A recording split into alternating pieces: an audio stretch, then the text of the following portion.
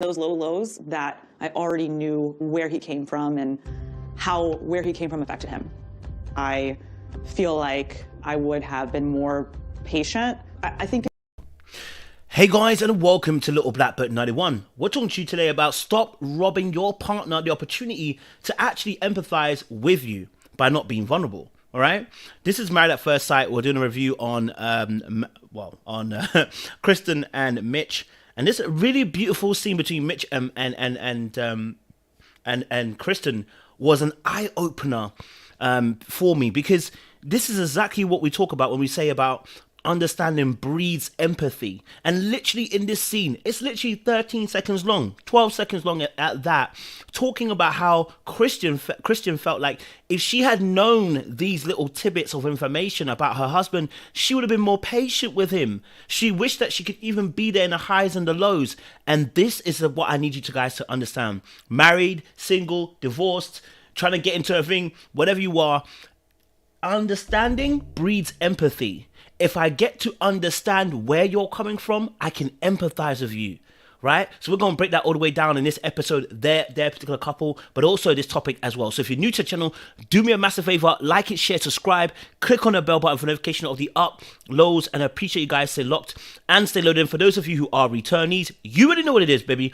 You got the minerals, you got the minerals. You know what, that's the crackers taking all the singing voice there. But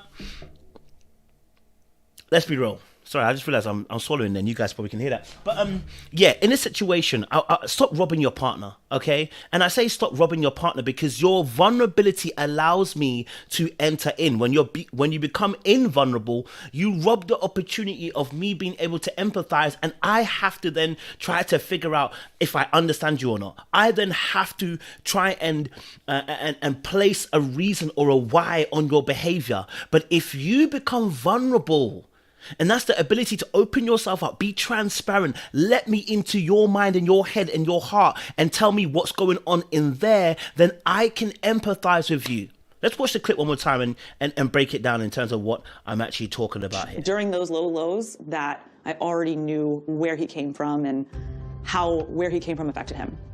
I feel like This scene was preceded by him discussing with her whilst they were packing, which I'll play that clip in a second or two, him packing and talking about his dad and talking about how he grew up.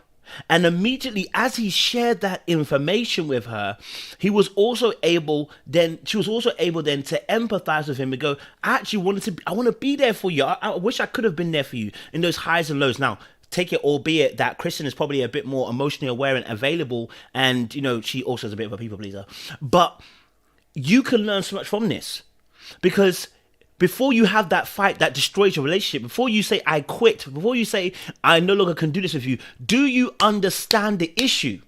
This is both men and women. Send this to a friend send this to a partner who's a man, send this to a woman who's a partner. Do you understand the issue? Because if you don't understand the issue, you ain't really working to get to an understanding. You're working to get right. And when you work to get right, you will be right. But you'll be left. That worked. That was beautiful. Right? You'll be right, but you'll be left. You'll be left alone. You understand? We don't want to be left alone. We want to be in a relationship where we can work together and walk together, right? I'm not focused on trying to be right. I'm focused on trying to understand, because that breeds the empathy. And so when you share your story, because a lot of you don't want to share your story. A lot of you don't want to share why you do what you do. You don't want to take the time to sit down and review it. Sit down. Take a breather. Think about it. You understand? Sit down, take a breather, and think about it. Why did I just do what I just did? Why am I doing what I'm doing right now? Why am I pursuing this particular action? And you as a partner too, you see, you do me wrong. And my natural inclination is to go at you, because you know what, I felt hurt in that moment, and you know what, I may feel justified in doing so. But again, I'm going to tell you something. Safe zones, safe areas, creating areas of safety, meaning that even when you hurt me, I'm partly responsible in terms of getting us back on track. Not responsible in terms of you hurting me, but getting us back on track, depending on the scenario. And sometimes that getting us back on track isn't, I'm not talking about saying sorry for the person that hurt you. No. But creating a safe space so that person can come to you and tell you, this is why I did what I did. This is why I say what I say. This is why I was being rude. This is why I was crying. This is why I said shut up instead of saying, you know what, and being polite about it. These are conversations that need to be had, and create safe zones for those conversations to take place in. That means you don't judge too soon. You don't become too critical too soon. You allow for information to pass freely first to get an understanding. And when you get an understanding, you can say, hey, look, these are my boundaries. So I totally understand where you're coming from, and I feel you, and I empathize with you.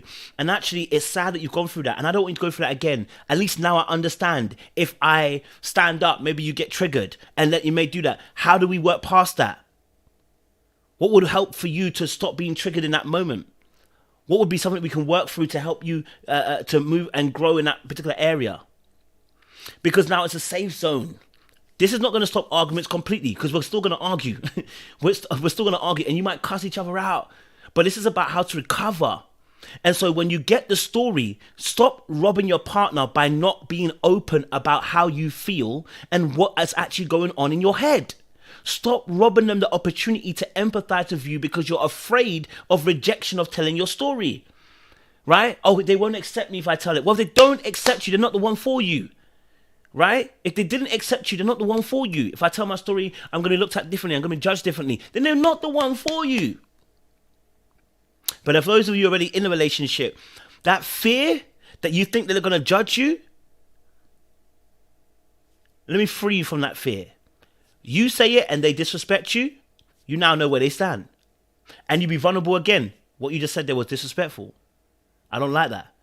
Right? You let the person know. Now, of course, if this person, unless this person's abusive, unless you're dating an abuser, which is completely different. If you're dating an abuser, my friend, doesn't matter what you say, they're gonna use it against you. But for you, your vulnerability is to free you.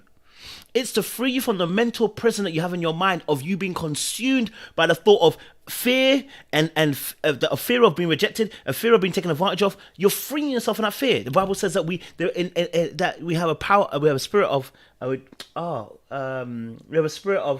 love, power, and a sound mind. You know, we're not a spirit of fear. We don't want the fear to congregate and stop you from sharing. Because when you begin to, the Bible says, we should share our burdens. Galatians 6 talks about this. We should share our burdens with one another. Carry the load. When you become vulnerable, I also carry the load with you. Don't rob me of the opportunity of being able to share that load with you and lighten your load a little bit. Don't rob me of that opportunity. Right? Don't let fear grip you to that point where it's telling you that you don't share how you feel or what's going on or why you did what you did because you're afraid of being judged. We're going to judge. It's normal human being behavior. Now, I don't want to be judgmental and to a point where I'm condemning you. I'm going to make a judgment in order to be able to do something. Yes, of course, we all do that as human beings, but not to condemn you. So don't rob your partner the opportunity to empathize with you. Once they gain understanding, they empathize. Right? That's why when you watch a documentary on your Netflix and they explain the whole story, maybe of somebody who has killed somebody, let's say for instance, or something like that, and they explain that person's background story, you go, oh, I see why they're going through. You're still going to jail. By all means, you're still going to jail. But now you got understanding, you can go, I've got empathy for them though. Maybe if they had help at this point, they wouldn't have done what they did. And that's what's happening here with Mitch and Christian right in front of our eyes. When they are open and being vulnerable, let me see if I can get a clip as well for you guys on that as well. For me, because I feel bad that my dad isn't here with us to have experienced this part of my life. My marriage, and would have ultimately really liked Kristen. And, I just hope he's proud. Things like this are open, vulnerable conversation. Your feelings, man them, open up. Stop hiding behind, you're not strong anywhere. Relationships are not built on my brawn. Your brawn cannot take you over the line. You need to be emotionally available. You need to be emotionally present. You need to be able to have emotional language. If you lack that, Google it. Let's not allow ourselves to slack and fall behind. We want healthy relationships. You saw how you saw your parents. and it wasn't a great relationship, change that. Why are you going to follow the same route? You need new information so you don't do the same thing, right? Let's not use anything as an excuse. Let's grow and be better. I appreciate you guys. Stay locked, stay loaded. Pass on somebody who really needs it, man.